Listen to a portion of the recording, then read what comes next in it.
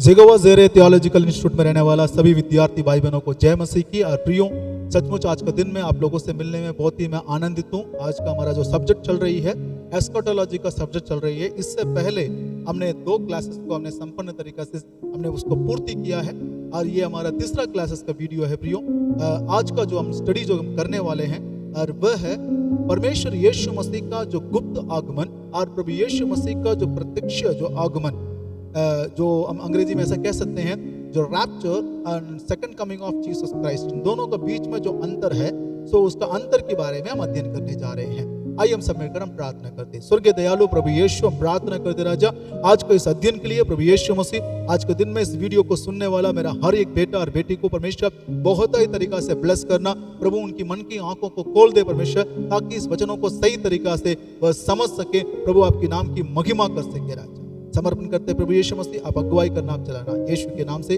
मांगते स्वर्गीय पिता, आमीन आमीन। प्रियो, जैसे मैंने पहले कहा था और उसी का अनुसार प्रियो आज के दिन में हम अध्ययन करने जा रहे हैं एस्कटोलॉजी सब्जेक्ट में जो है 3rd क्लासेस है और इसमें हम देखने जा रहे हैं डिफरेंस, एक अंतर। क्या है अंतर?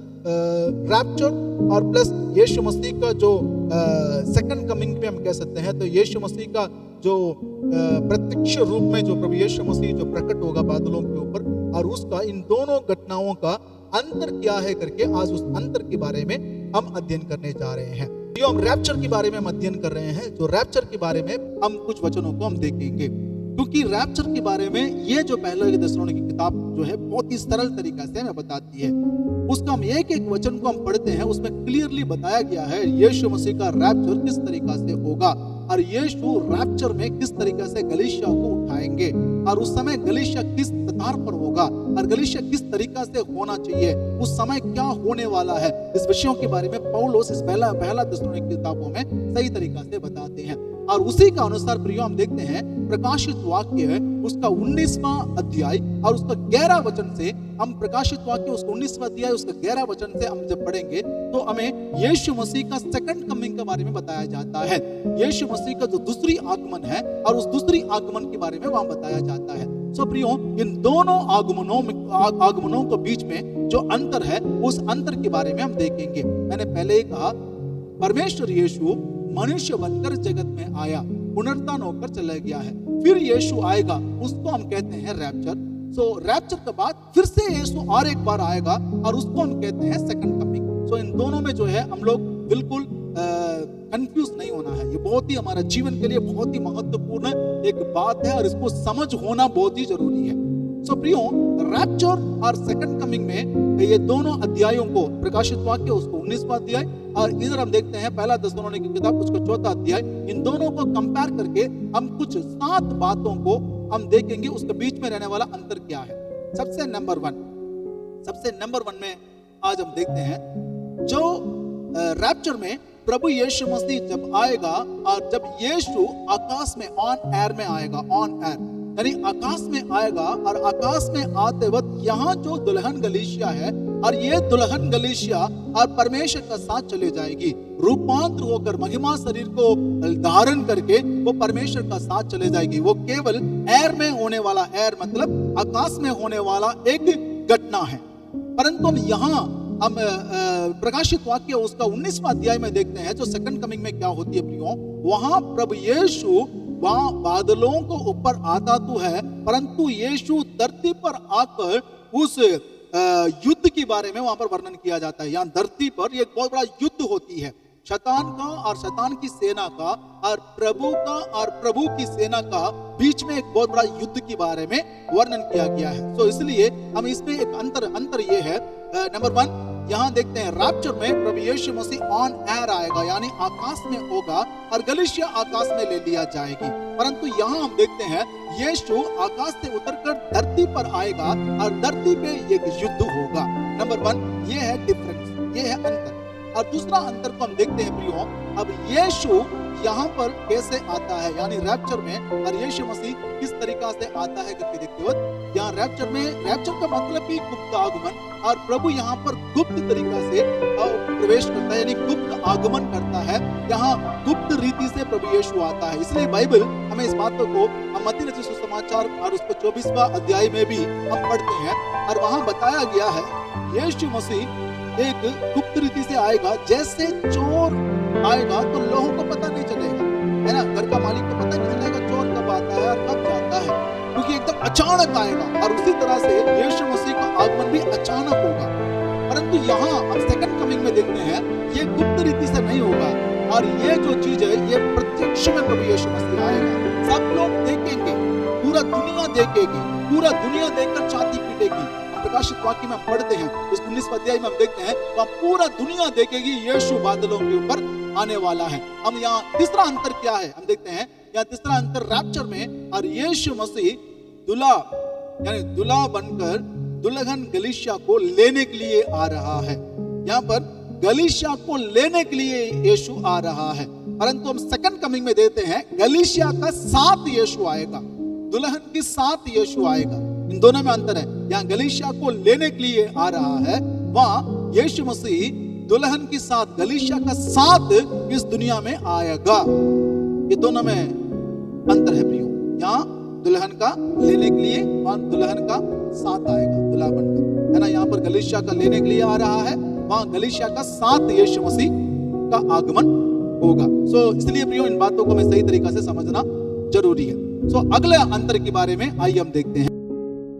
यहाँ हम देखते हैं यीशु मसीह छुड़ाने वाले के रूप में, डिलीवरर अंग्रेजी में कहते हैं डिलीवरर। यीशु मसीह छुड़ाने वाले के रूप में, उद्धारकर्ता के रूप में आ रहा है।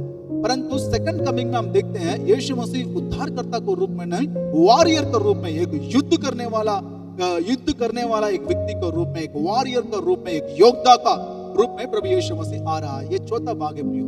ये चौथा एक अंतर है जो यीशु मसीह का रैप्चर और यीशु मसीह का सेकंड कमिंग के बीच में रहने वाला एक अंतर है। उसके बाद हम पांचवा उसमें हम देखते हैं प्रियो, या पांचवा जो विषय है ये बहुत ही अलग है, क्योंकि हम पांचवा विषय हम देखते हैं यीशु दयालु बनकर आ रहा है। ये पांचवा विषय में हम देखते हैं यीशु दयालु बनकर, यीशु मसीह एक ग्रेस के साथ, एक अनुग्रह के साथ दयालु बनकर आता है।